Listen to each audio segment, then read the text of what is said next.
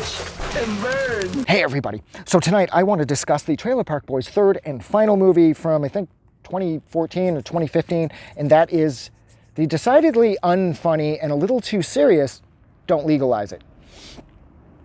This movie is a big fucking Debbie Downer, okay? Bubbles is living under J-Rock's porch. I mean, what the hell is that about? He's got a toilet under there too, and I'm like, this is depressing. This whole movie is depressing.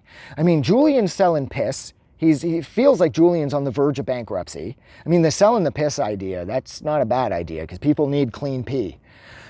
But nevertheless, it feels like he's like on the rocks. And then Bubbles living under J-Rock's porch. Bubbles is doing really badly. Like, he's not even fixing carts anymore. He's slanging chicken to people for like a sort of skip the dishes sort of fee. And it's like he's buying cigarettes for people for a charge and shit. And he ends up getting jumped. He gets chicken jacked and he ends up in the hospital. And he's so down and out that he doesn't want to leave the hospital because the hospital's nice. The bed's clean, it's warm, he's got food. And I'm like, this movie's fucking depressing. It starts off with at Ray's funeral because Ray dies. Now, of course, we all know Ray didn't die. He was running a scam. But nevertheless, at the beginning of the movie, we're all under the impression that Ray's dead. So Ray's dead. Bubbles is living under J-Rock's porch, slanging chicken for a living. Julian's selling pee.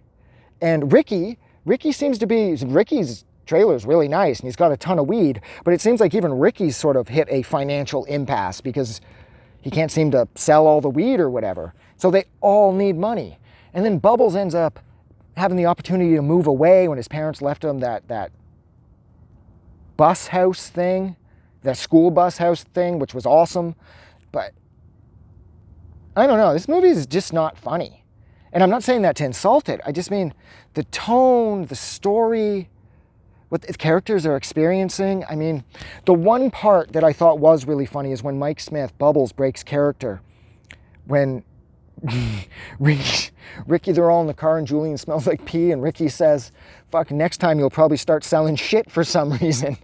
And Mike Smith breaks character and he's like, Ricky. That was funny. And then the part at the end when Terry and Dennis are ripping Julian off and the grandmother's there and he's like, you don't have any idea what I'm saying, eh? Your grandsons are ripping me off. You don't have a clue what I'm saying to you.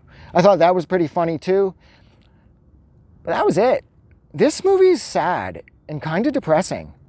And this is the one I never watch other than those two parts with Terry and Dennis's grandmother and with Ricky saying next you're going to be selling shit for some reason. I usually just fast forward into those two parts because they're funny. This movie's depressing, and that's where I'm leaving it. So thank you so much for hanging out with me while I discuss the incredibly depressing third Trailer Park Boys movie from 2014 or 2015, and that is Don't Legalize It. Like always, if you like this review or you like this movie, don't forget to do something nice for somebody, but most importantly, don't forget that the world is actually a better place because you're here, okay? You are in the world, and you make the world a better place. That's a fact. Talk to you guys soon. Have a good night.